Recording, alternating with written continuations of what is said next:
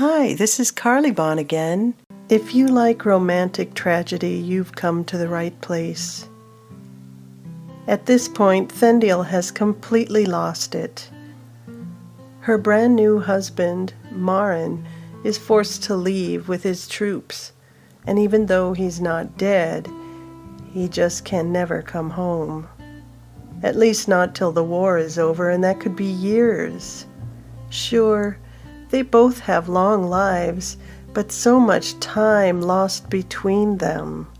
Thendiel is devastated, and in trying to find some comfort with her family, she discovers that both her parents have gone to the undying lands of Ilmatar. I hope her memories in the next episode prove to be happier, because this girl deserves a break.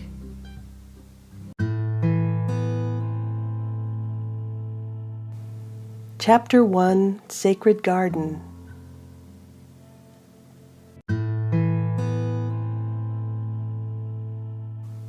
Thendiel slept until the winter storms were long gone and flowers started to bloom. Having grieved nearly to death, she woke to a voice calling her at the edge of a dream. It was the in-between places where a mother can hear her unborn. Her belly felt heavy as she sat up. Misery turned to joy upon discovering she carried inside her a son.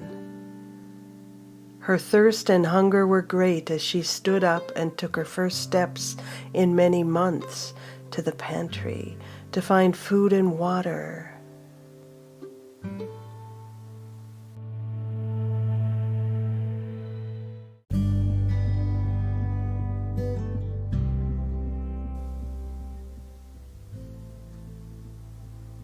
Thendiel solemnly took up her mother's task of making healing remedies for her village.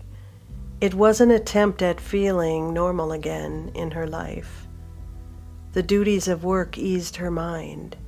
She was happily waiting to deliver her beloved son. Being half human, her unborn was larger than usual. She swelled visibly, and her quickening came early. There had never been a mixing of elf and human that anyone knew of, so the neighbors watched and worried.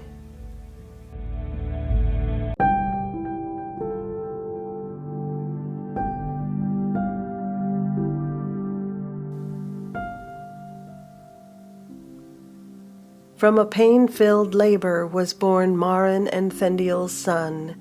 She named him Rovash, after one of the stag princes of the Wild Hunt immortalized in her favorite ancient poetry.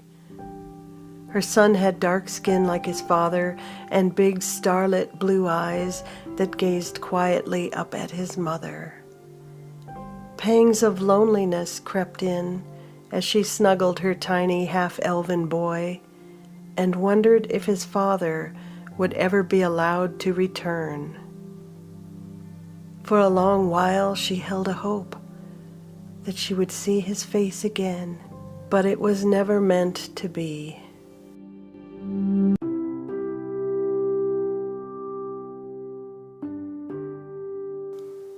"Bring the light, Rovash," Thendiel directed her young son. He picked the lantern carefully off the table with his left hand and brought it over to the hearth. "Light the flame like this." Thendiel took a small stick and, using the flame from the lantern, brought a tiny fire to light the edges of the kindling in the fireplace. It smelled of oak leaves and sweet fruit woods that she had gathered that day along the beach. We must only use fallen wood and things found off the ground in the hearth. Our friends would not appreciate us hacking them up to burn. "I understand," Ro said as he stared sadly at the fire. "What troubles you?" She reached over and hugged him. "I got in a fight again." He looked down at his hands that lay hidden in his lap. Thendiel sat in silence, watching the fire waiting for his confession. Some elflings killed a sapling to build a fire. I heard it cry as they pulled it down. I tried to stop them. And you could not, she finished his thought. Not every bloodline has empathy for the trees as we do, Ro. I feel sorry for those thoughtless elflings. She shook her head in disgust. Their elders have such a shallow connection to the true voices of nature. It spills out into their offspring. This is why the rules of our eldars govern us. The offenders will be given a stern warning. I am sure of it. But I wanted to hurt them, he admitted. Those elflings will not learn from this. You would fuel their bias against us, and it will only hurt yourself. Let me see it. She waited for him to show her his injury. How she knew such things was a shocking mystery to Ro. He placed his smaller hand in hers. His pointer finger had grown purple and swollen, as well as the top of his right hand. Did I break it? He almost started to cry, but caught himself and sniffed loudly.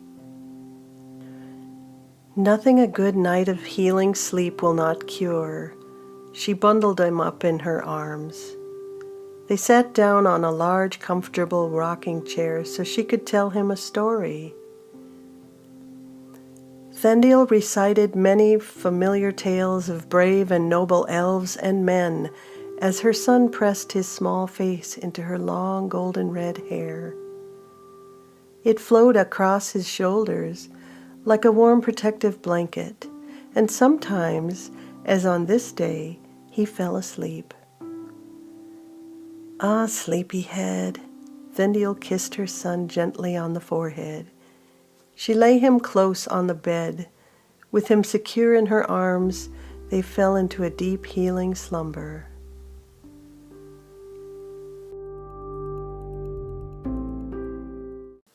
Thendiel was aware of the bias concerning her son's taller stature, darker hair and complexion. She tried to encourage him to believe in his uniqueness as a gift and a strength. Thendiel was often disappointed with the villagers' small-mindedness. She remembered how it was to be excluded from games. As a young one, she watched from a distance as elflings ran laughing and playing through the woods. Her family's living tree was a comfort to her in those days. And it is the same for her half-elven boy.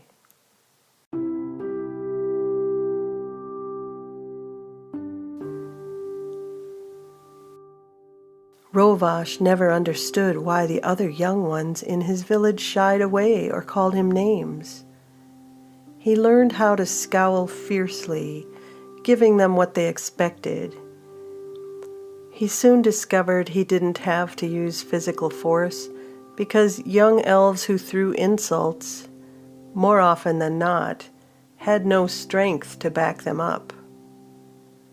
He never asked about his human half because of the abuse he suffered for being different.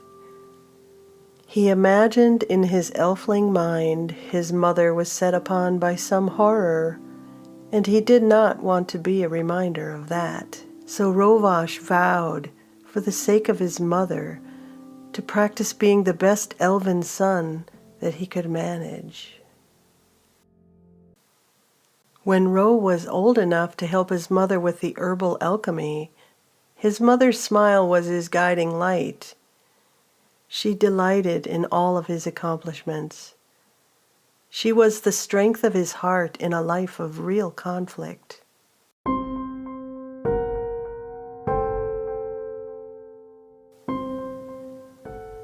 One day, as they were collecting herbs in the forest, Rovash heard a strangely compelling music off in the distance.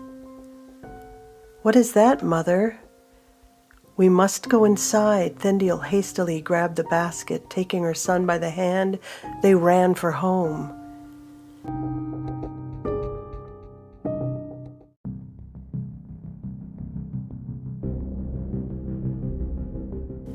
Keep us safe, beloved tree, Thendiel prayed frantically while rubbing her hands inside the doorway and along the walls.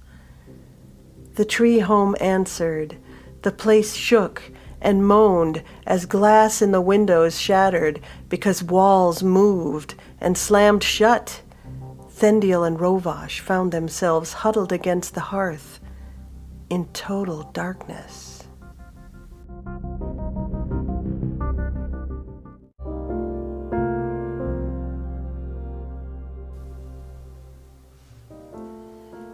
The Glyneth song flowed out across the lands, proclaiming the death of the beautiful Queen Rhianna. The song compelled elvenkin to gather at their king's side in the Autumnwood Palace. Like bees that have been out in the glades too long, throngs of elven folk swarmed towards the palace of their sovereign. The sorrow of this magnitude was felt to the very core.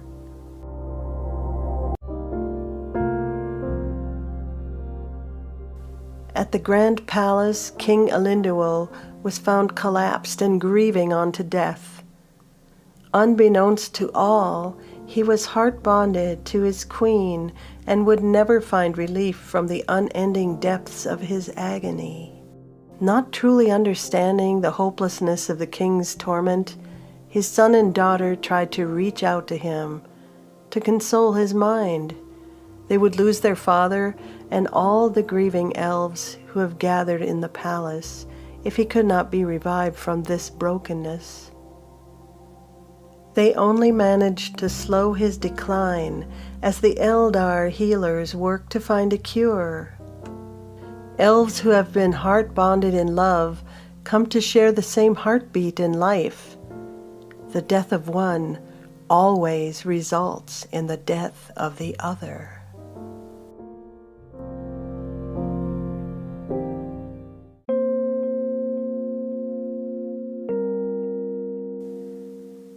We cannot go outside, lest the mournful wind takes you by the heart, my son, Thendiel whispered to Ro as she carefully lit a lantern against the darkness. What is a mournful wind? Ro was frightened by his mother's words. Someone important. Our queen has died. We cannot be caught up in this. She tried to take a breath and relax herself. Her fear was more about herself being pure-blooded Edhellen. She was afraid she would be compelled to leave, as many others had, if she found herself being drawn into the thrall of it. Why are some elves more influenced than others? Ro was confused. He didn't feel any compulsion to go anywhere. It probably has something to do with their level of or lack of empathic talent. She mumbled out loud as she picked up the basket she dumped on the floor in her panic.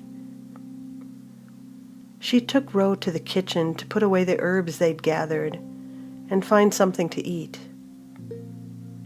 It was all she could think of to calm herself from what had just happened.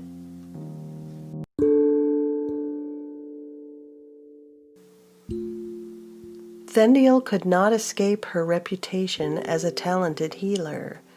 Eventually, she was ordered to go to Autumnwood Palace when all others had failed to help their king. Sympathetic magic, divining, and the use of herbs and charms as medicines were all commonly accepted practices among elves. There were some things, dark things, that ordinary folk shied away from and feared. It was rumored that Thendiel was instructed in some ancient, forgotten arts. It was a long time ago, when she was still an elfling, that a wizard had taken an interest in her. Some folks still remember the gathering where the blue-robed stranger showed up and spoke to Thendiel and her parents. She never admitted this, but she also never denied it.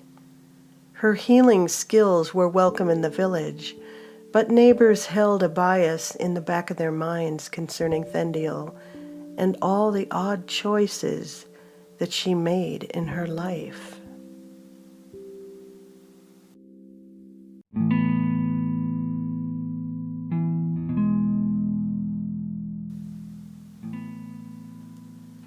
Rovash looked down at his hands, frowning, as his nose started to sting. He wanted to be strong for his mother, so she wouldn't worry, but tears welled up in his eyes. He watched her gather up her long cloak and a few select healing potions, readying herself for the journey north.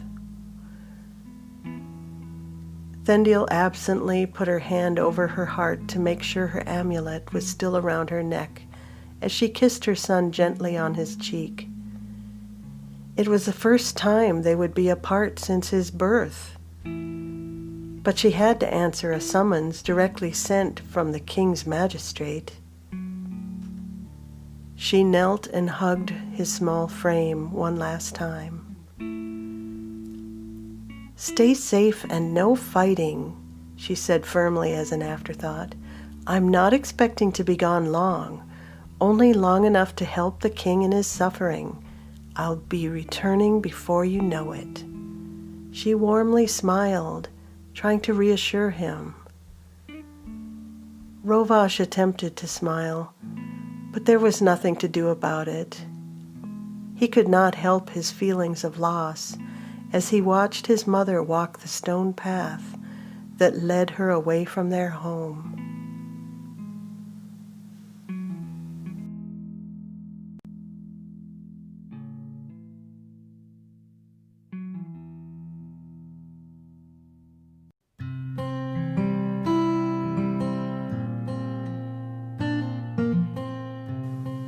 It's funny because I picture Thendiel sleeping under a pile of snow and then waking up when the spring flowers are growing around her in a pretty nice little warm grassy spot.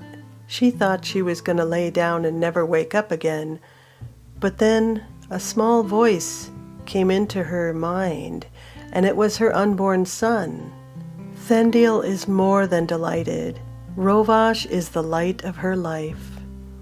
It is unfortunate, after all that she had been through, that her son has to put up with biases against him in a small-minded village. And now she's being called away to Autumnwood Palace to help the king who is dying. What could possibly go wrong? You'll just have to listen in to find out. So hit the follow button and I'll send you new episodes as they become available. How's that for a good idea? Because this just keeps getting better and better. If you've been thinking about podcasting, go to your nearest app store, download the free Anchor app, or go to Anchor FM. They have all the tools you need to record or edit your podcast right from your phone or your computer. The Anchor team also helps you distribute your podcast with one click. If you're listening to me right now, that's proof that it works. Mind blown. There's no rules or minimums. It's everything you need to podcast in one place. Anchor FM. It's only a click away.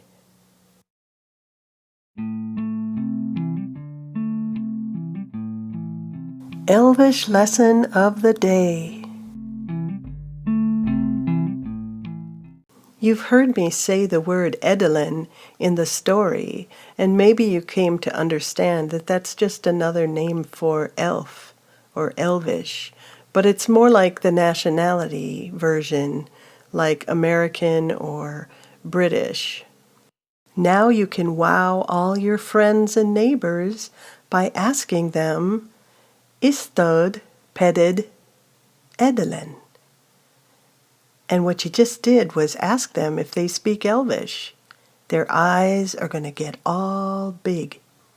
And you just go on and have fun in your day, and we'll see you next week. Bye-bye.